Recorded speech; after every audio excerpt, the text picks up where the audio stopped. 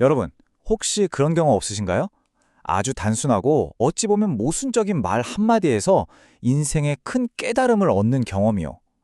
오늘 우리가 함께 살펴볼 내용은요, 바로 그런 지혜의 정수를 담고 있습니다. 아주 짧지만 노자 철학 전체의 심장이라고 할 수 있는 그 거대한 엔진과도 같은 한 장을 아주 깊숙이 들여다보려고 합니다. 자, 저와 함께 한번 푹 빠져보실까요? 자, 이 심오한 철학을 본격적으로 파헤치기 전에요. 먼저 재미있는 이야기 하나로 시작해 볼게요. 상상해 보세요. 아주 먼 옛날 커다란 강가에 자리 잡은 한 마을이 있었습니다. 이 마을 사람들에게 강이란 삶 그 자체였죠. 언제나 저 멀리 거대한 바다를 향해서만 쉼없이 흘러가는 강. 사람들은 그걸 너무나도 당연하게 생각했습니다. 네, 맞아요. 그 사람들에게 강은 곧 성장의 상징, 바로 그 자체였어요. 무조건 앞으로, 더 멀리 나아가야 한다. 이게 바로 세상의 유일한 진리라고 굳게 믿었던 거죠. 멈춘다거나 뒤로 돌아간다거나 하는 건 이건 상상조차 할 수 없는 일이었고요. 그런데 말이죠. 어느 날이었어요. 한 아이가 정말 이상한 걸 보게 됩니다. 아마 거센 비가 내린 다음이었을까요? 글쎄, 강물이 바다가 아니라 산 쪽으로, 그러니까 거꾸로 흐르고 있는 게 아니겠어요? 모두가 철석같이 믿고 있던 세상의 법칙에 아주 작은 균열이 생기는 바로 그 순간이었습니다. 아이가 신기해서 강물에게 물었겠죠. 왜 거꾸로 흐르니? 하고요. 그러자 강물이 첫 번째 지혜를 조용히 들려줍니다. 얘야, 모든 것은 늘 앞으로만 나아가는 게 아니란다. 밀물이 있으면 썰물이 있는 것처럼 때로는 되돌아가야만 다시 앞으로 나아갈 힘을 얻을 수 있는 법이지. 하고 말이에요. 바로 그때 아이의 손등 위로 작은 물방울 하나가 또르르 떨어졌어요. 그리고는 이어서 두 번째 지혜를 속삭이는 겁니다. 나는 이렇게 약해 보이지만 결국 저 단단한 돌을 깎아내는 건 바로 나란다. 세상에서 가장 끈질기고 오래가는 힘은 바로 부드러움이야. 하고 말이죠. 그리고 강물은 마지막으로 가장 근원적인 가르침을 전해줍니다. 우리가 눈으로 보고 만질 수 있는 이 세상의 모든 것, 바로 있음, 유는 말이야 사실 눈에 보이지 않는 없음, 그러니까 모든 가능성이 잠재된 그 텅 빈 공간에서부터 시작되는 거란다 라는 아주 깊은 진리였죠. 자, 어떻습니까? 돌아감, 부드러움, 그리고 없음. 방금 들려드린 이 짧은 이야기 안에 정말 중요한 세 가지 열쇠가 다 들어있죠. 그럼 이제 궁금해집니다. 이 놀라운 지혜는 대체 어디에서 온 걸까요? 네, 바로 노자 도덕경 제40장입니다. 도덕경 전체 81장 중에서요.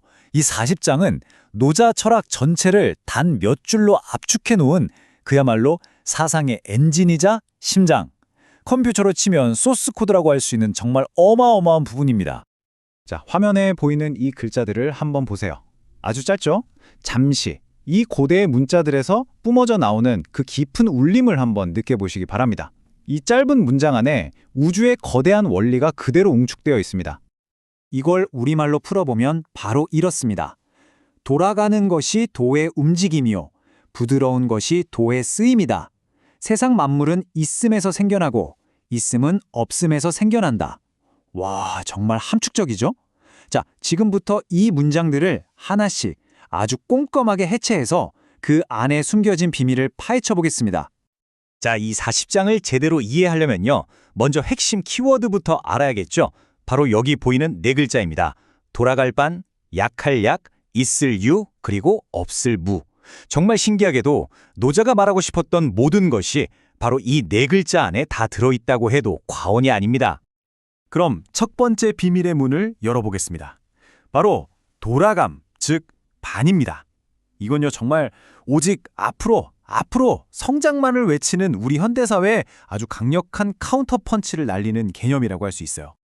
여기서 핵심은 이 두 가지 길의 차이를 아는 거예요.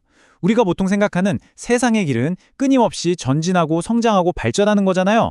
하지만 노자가 말하는 도의 길, 그러니까 우주의 진짜 움직임은 그게 아니라는 겁니다. 오히려 근원으로 회귀하고 순환하고 그렇게 해서 완성을 이룬다는 거죠. 그러니까 돌아간다는 건 실패나 퇴보가 아니에요. 오히려 가장 본질적이고 중요한 움직임이다 라고 노자는 선언하는 겁니다. 이 돌아감의 의미를 우리에게 가장 극적으로 보여주는 자연 속 스승이 있죠. 누굴까요? 바로 연어입니다. 생각해보세요.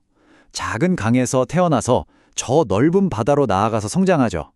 이건 마치 세상 속에서 분투하는 우리 모습과도 같아요. 하지만 연어의 삶을 정말 위대하게 만드는 건 뭘까요? 바로 태어난 곳으로 돌아가는 그 본능입니다. 그 거센 물살을 거슬러서 자신의 근원으로 돌아가 생명의 순환을 완성시키는 것. 이것이야말로 노자가 말하는 진정한 완성으로서의 돌아감, 반의 모습인 거죠. 자, 그럼 이런 위대한 돌아감, 즉 회귀는 도대체 어떤 힘으로 가능한 걸까요? 그게 궁금하시죠? 그 답이 바로 두 번째 원리 안에 있습니다. 도의 쓰임, 바로 부드러움입니다. 여기서 정말 중요한 포인트는요, 우리가 생각하는 약하다는 것의 의미를 완전히 뒤집어야 한다는 겁니다. 노자가 말하는 약은 힘이 없고 무기력한 상태를 말하는 게 절대 아니에요. 오히려 그 반대입니다. 가장 강하고 가장 오래 지속되는 본질적인 힘을 의미하죠. 정말 흠이 없지 않나요? 노자가 말하는 이 약함의 진짜 모습은 바로 유연함, 적응력, 모든 걸 끌어안는 포용력, 그리고 끈기입니다. 한번 생각해 보세요. 강철처럼 단단한 건 충격을 받으면 쨍그랑하고 부러져 버리잖아요. 하지만 이런 부드러운 힘들은요, 어떤 위기 속에서도 부러지지 않고 오히려 상황을 바꾸고 상대를 변화시키는 힘을 가지고 있죠. 이 부드러움의 힘을 가장 완벽하게 보여주는 예가 바로 물입니다. 세상에 물보다 더 부드럽고 약한 게 있을까요? 하지만 그 약한 물이 수천 년, 수만 년 동안 흐르면서 결국에는 가장 단단한 바위를 뚫고 거대한 협곡을 만들어내잖아요. 이렇게 힘으로 맞서는 게 아니라 부드러움으로 모든 것을 이기는 것, 이것이 바로 노자가 말하는 도의 방식입니다. 자, 이제 마지막 퍼즐 조각을 맞출 시간입니다.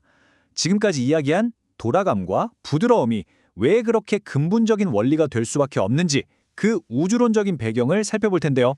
그 열쇠는 바로 모든 것의 시작, 없음, 무에 있습니다. 정말 근본적인 질문 한번 던져볼까요? 우리가 지금 보고, 만지고, 경험하는 이 세상 모든 것들은 과연 어디에서 온 걸까요? 여기에 대해 노자는 아주 명쾌한 답을 내놓습니다. 바로 이 구절이죠. 천하의 모든 만물은 있음에서 생겨나고 그 있음은 없음에서 생겨난다. 이게 무슨 말이냐면요. 우리가 경험하는 모든 구체적인 존재들, 즉 있음은요, 사실 눈에 보이지도 않고 형태도 없는 그 근원, 없음이라는 거대한 바탕에서 태어났다는 뜻입니다. 이게 좀 추상적으로 들릴 수 있는데 아주 쉬운 비유가 있어요. 바로 음악과 침묵의 관계입니다. 생각해 보세요. 우리가 듣는 아름다운 멜로디, 이게 바로 있음, 요겠죠. 이 멜로디는 없음, 무, 즉 침묵이 없으면 존재할 수가 없습니다. 그쵸? 모든 위대한 교향곡은 결국 침묵에서 시작해서 침묵으로 돌아가잖아요. 그러니까 노자가 말하는 없음이란 건 그냥 텅 비어있는 상태가 아니라 모든 것을 낳는 무한한 잠재력이자 위대한 근원이라는 뜻입니다. 자, 그럼 이렇게 깊은 고대의 지혜를 오늘을 살아가는 우리들의 삶에는 어떻게 가져올 수 있을까요? 이제 이 세 가지 원리를 거울 삼아 우리 삶의 길을 한번 찬찬히 돌아보는 시간을 가져보겠습니다. 핵심만 딱 정리해 볼게요. 첫째, 무조건 앞으로 달려가서 성공하는 것만큼이나 때로는 잠시 멈춰서서 나는 누구인가? 나의 근본과 초심으로 돌아보는 시간이 정말로 중요합니다.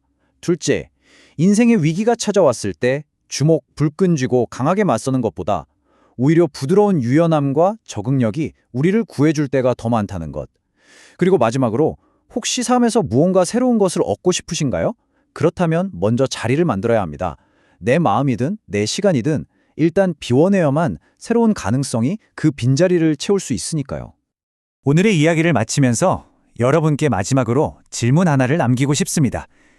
지금 여러분의 삶에서 새로운 것들로 채우기 위해 먼저 비워내야 할 것은 과연 무엇인가요? 어쩌면 그건 낡은 생각일 수도 있고 내려놓지 못하는 욕심일 수도, 혹은 아직도 나를 붙잡고 있는 과거의 상처일 수도 있겠죠. 그 답을 스스로에게 묻고 찾아가는 과정, 그것이야말로 오늘 우리가 함께 이야기 나눈 도의 길을 걷는 가장 위대한 첫걸음이 아닐까 생각합니다.